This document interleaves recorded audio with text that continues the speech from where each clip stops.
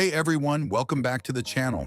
In this quick and simple guide, I'll show you how to copy and paste text into Roblox chat, step by step, even with emojis. Let's get started.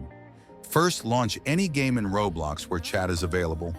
Once the game loads, open the chat box by clicking the chat icon or pressing the slash key on your keyboard.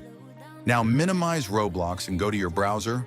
Open Google or any site with the message you want to send. Select the text you want, right-click and click Copy, or just press Ctrl+C on your keyboard. You can even copy text with emojis.